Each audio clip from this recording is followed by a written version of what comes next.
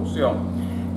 Algo que es importante sobre esta actividad que presidió Bloomfield es que uno de los representantes del Congressional Research Service, Randy May, planteó la importancia de reconocer la crisis y la profundidad de la crisis de Puerto Rico, y estamos hablando del año 1983. Si aquello era crisis, esto tenemos que cambiarle la descripción. O sea, la conclusión del libro, el libro del embajador Bloomfield, es un texto que se debe de leer, no solamente por la ponencia del doctor Nido Falcón, sino la ponencia de los otros puertorriqueños.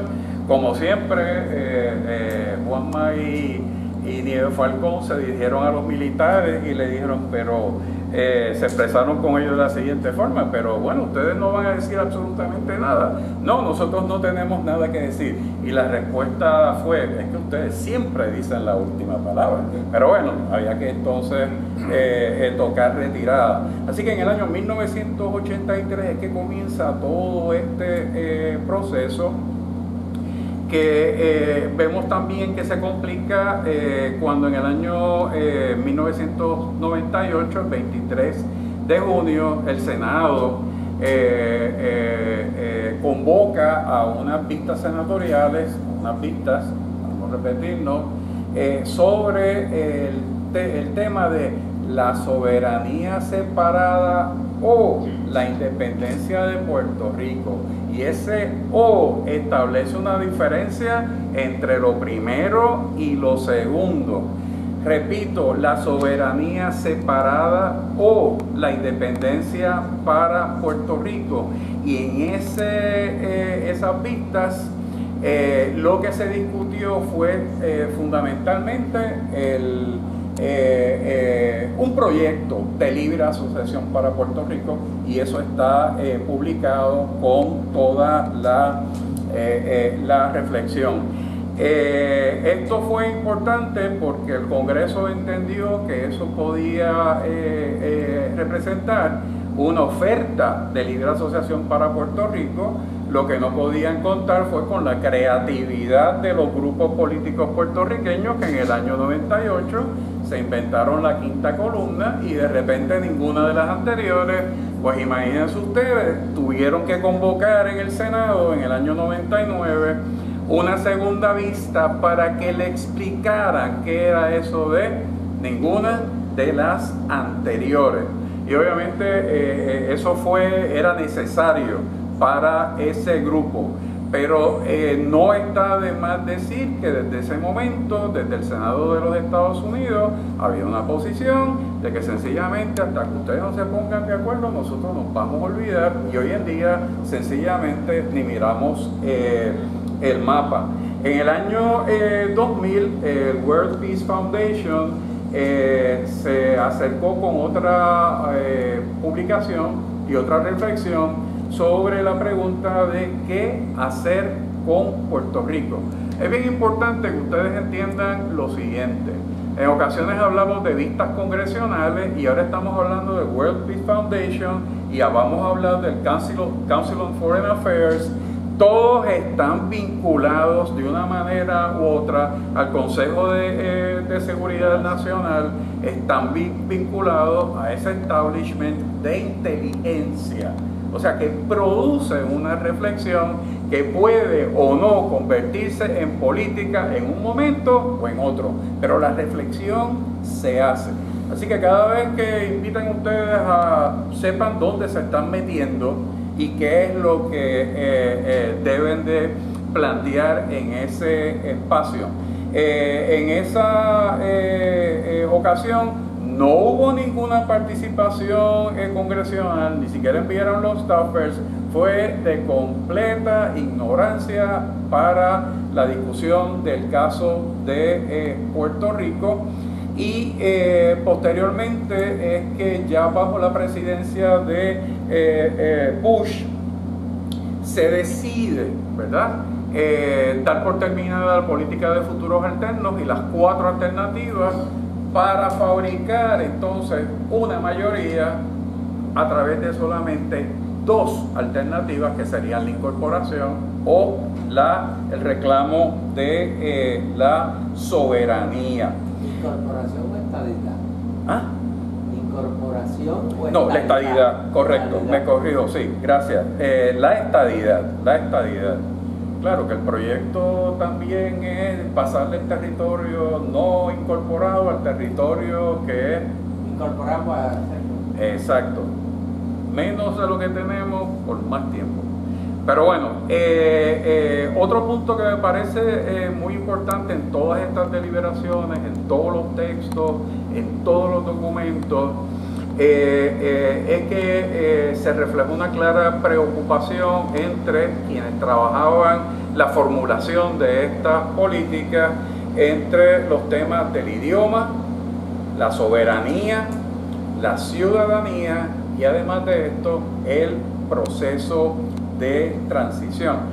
Tanto Josué como Evelyn lo plantearon de manera acertada. Aquí ya tenemos la expresión de lo geocultural, los aspectos que dejan claramente establecido cómo es que los Estados Unidos se están viendo y cómo los Estados Unidos ven a Puerto Rico y cómo nosotros nos vemos frente a los Estados Unidos. Algo que fue importante en esa reflexión tiene que ver con el manejo de dos estudiosos del tema del nacionalismo cultural y del nacionalismo cultural en los Estados Unidos. El primero de ellos, Gregory Yustanis. Yustanis estuvo en Puerto Rico, fue profesor en esta institución, presentó un seminario magistral. Cuando yo trabajé en mi tesis doctoral, fue una persona que me ayudó muchísimo para entender este problema. Pero otra figura que utilizamos en los programas para contrapuntear a Yustanis y el reclamo de la nación necesaria y la cultura y la relación con la nación resulta ser Samuel Huntington. Jamás pensé que los textos de Huntington fuesen premonitorios, porque el trumpismo y su práctica política, social y cultural están claramente reflejadas en dos textos fundamentales. El más amplio, ¿verdad?, que es el Clash of Civilizations, ese choque, la visión de él del choque con las otras culturas, que es el clásico de él, y otro que se titula Who Are We? ¿Quiénes somos nosotros? Y para quienes no lo han leído, les puedo anticipar que nos dedican casi 13 páginas para probar que nosotros no somos parte del we. We the people. ¿No lo somos? Pues que no lo somos, pues yo creo que es atinada, está bien, pero qué bueno que lo recogían.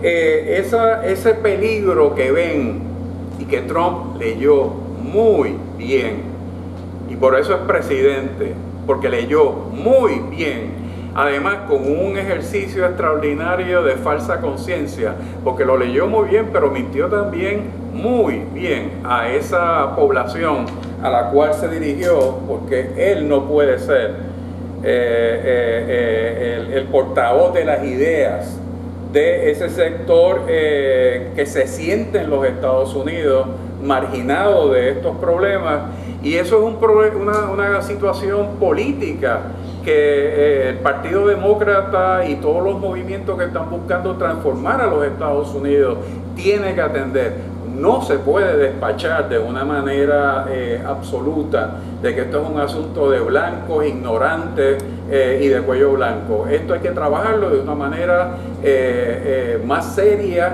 ¿verdad? Nosotros, qué bueno que no somos políticos, entonces nos dedicamos a hacerlo de esa manera. ¿Cuál es el peligro que ve Samuel Huntington en esta que mueve a esta población a esta reacción? La disminución de su condición económica y social. Así que la tesis de nuestro querido amigo Maurice Ferré en 2 programas donde hubo un contrapunteo entre las posibilidades de la nación hispana o la nación caribeña. Obviamente choca con esas transformaciones demográficas que están ocurriendo en los Estados Unidos. Y obviamente no estamos hablando solamente de números, estamos hablando que cuando la población hispana se consolide como la primera minoría y ya va a un ritmo vertiginoso, obviamente va a haber un reclamo económico, va a haber un reclamo social y va a haber un reclamo político, y estos sectores lo ven como que, como una amenaza, como una erosión a su hegemonía tradicional. La pérdida de los puestos de trabajo frente a los inmigrantes de países extranjeros. Este es el discurso de Trump: nos están quitando los puestos de trabajo, lo cual no es cierto. La xenofobia que presenta no está justificada desde esa perspectiva. Esos grupos hispanos, esos grupos inmigrantes, esos grupos extranjeros van a llevarnos a nosotros también a la perversión de nuestra cultura. Hablar español es parte de esa perversión. Estudiar, recuerden ustedes, hay un rechazo de figuras como Huntington, y está claro al presente, de figuras como el presidente de los Estados Unidos, en contra de la visión del multiculturalismo. Cuando los Estados Unidos son un país multicultural, multiétnico y multinacional que no se reconoce a sí mismo desde esa perspectiva, porque todavía no entienden su propia historia. Así que él advierte sobre la perversión de su cultura con el soslayo de su idioma, el idioma dominante. Recuerden una cosa, que no es lo mismo, recuerden ustedes que no es lo mismo hablar en un restaurante o en la calle español. Estamos hablando del inglés como el idioma que no es oficial, pero es el idioma dominante, es el idioma hegemónico, y eso presenta también unos espacios de conflicto, así como la erosión y además usar la palabra evaporación de nuestra identidad histórica, la identidad histórica de los Estados Unidos. Esto lo dijo los otros días el presidente Trump: me están cambiando la historia, me están quitando las estatuas ecuestres de los grandes generales de la Confederación. Tenemos que volver a una historia más sencilla. ¿Cuál era la historia más sencilla? Bueno, que los peregrinos llegaron, se reunieron, fueron al almuerzo de Acción de Gracias, y de allá a acá todo muy bien. Nosotros lamentablemente estamos todo el tiempo complicando la historia. Y en los Estados Unidos, saben ustedes que precisamente en el estado de Texas hay desde las autoridades educativas un planteamiento de revisión de la historia de los Estados Unidos, excluyendo eso que complica la historia. ¿Qué es eso de la guerra del 1848? ¿Cómo que Texas no era Texas en el 1848? Pues no, era México. Y obviamente todo esto complica y a nosotros nos puede parecer como muy simpático, pero piensen ustedes en esa población que lo está viendo todo como una amenaza. Y obviamente se han erigido no solamente desde la perspectiva electoral, sino que también están tomando las calles. Y obviamente hay una respuesta también a esa visión fascista que se está desarrollando, pero obviamente es un juego radicalmente distinto, que tampoco es nuevo, porque esto es idéntico a las guerras culturales que ocurrieron en los Estados Unidos durante la década del 70. Y las guerras culturales durante la década del 70 se dieron dentro de la historiografía, se dieron dentro de la educación, se dieron en la comunidad y se dieron también en el mundo político. Dice Huntington, estos movimientos van a estar inspirados de manera racial y cultural y pueden convertirse en movimientos anti-hispanos, anti-black, yo diría anti-afroestadounidenses y además anti-inmigrantes.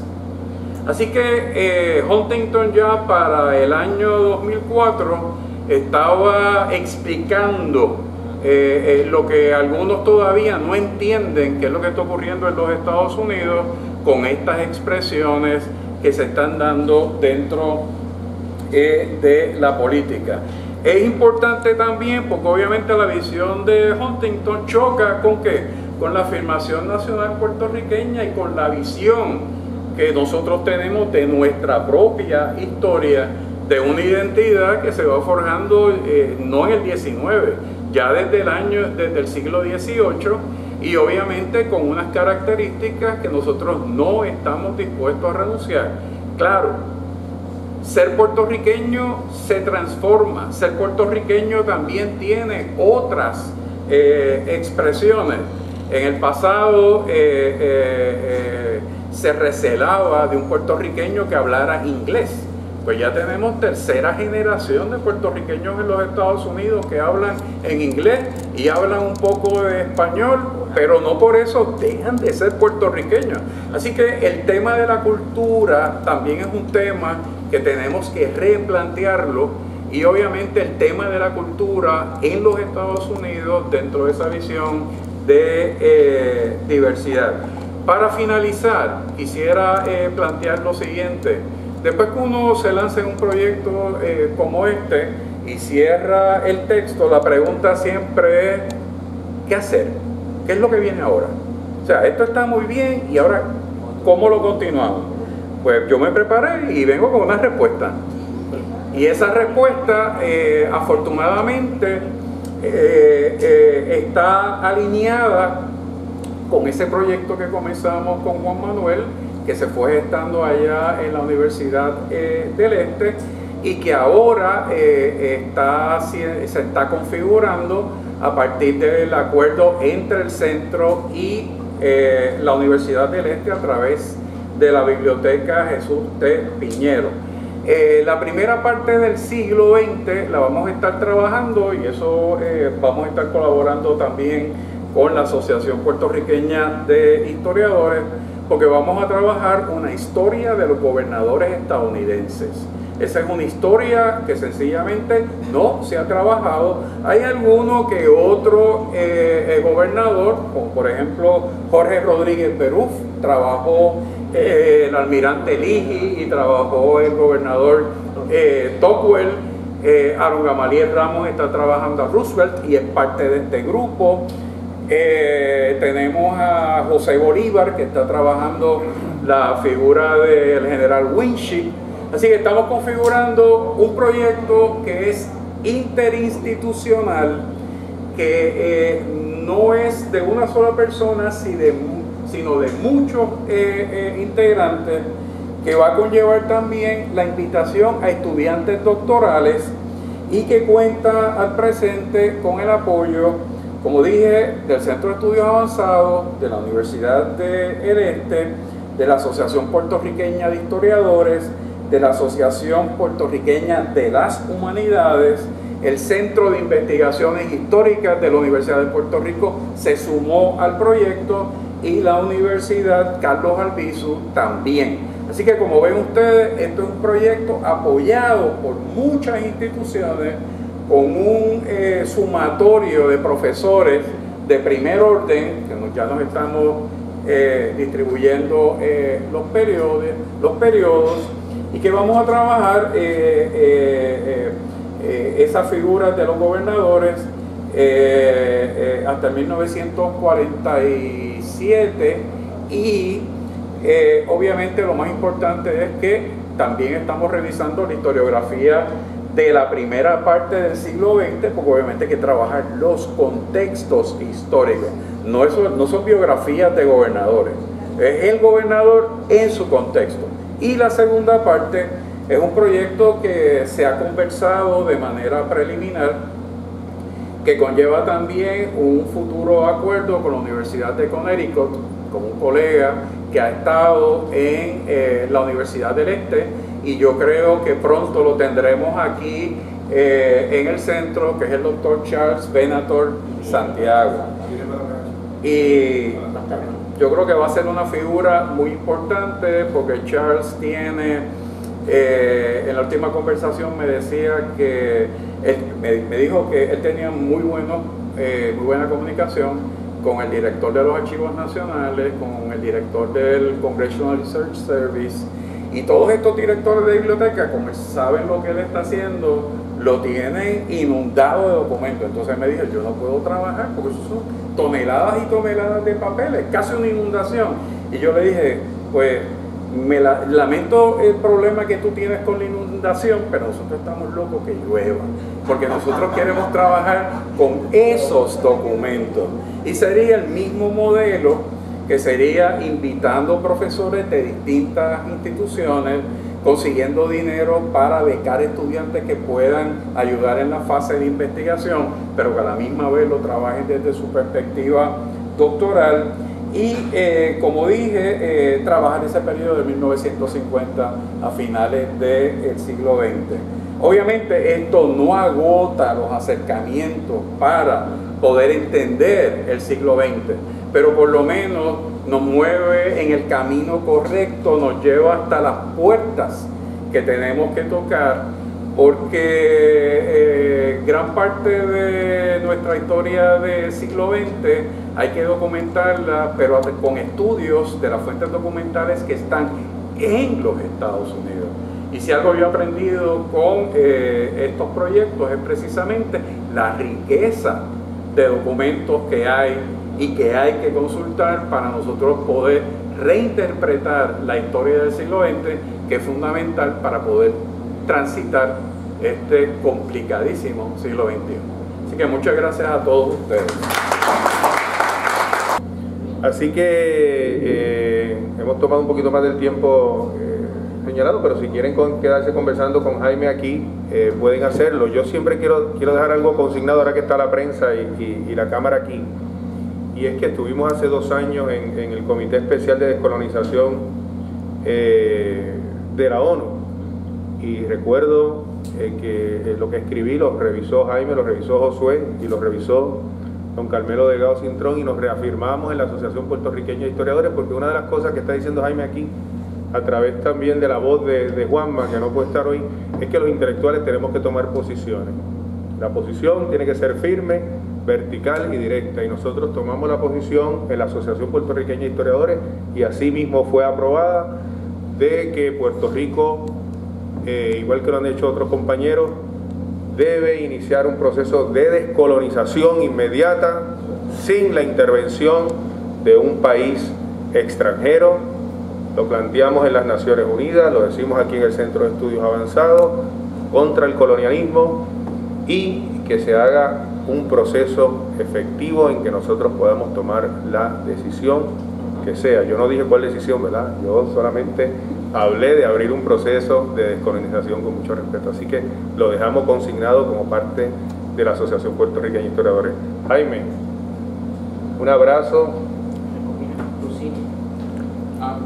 Agradecimiento al presidente de Lucinia, que está aquí, compañero que apoyó que esto fuera publicado. Y un anuncio, tengo que dar un anuncio, porque hablando de lo que estamos dialogando hoy, el 3 y 4 de noviembre tenemos la Asamblea Anual de la Asociación Puertorriqueña de Historiadores, que se va a celebrar aquí, y ya saben cuál es el tema. No lo saben, yo se lo voy a repetir: Historia, colonialismo y represión en Puerto Rico, reescribiendo nuestro pasado. Así que dedicada a Fernando Picó. Así que un abrazo a todos. Para adelante.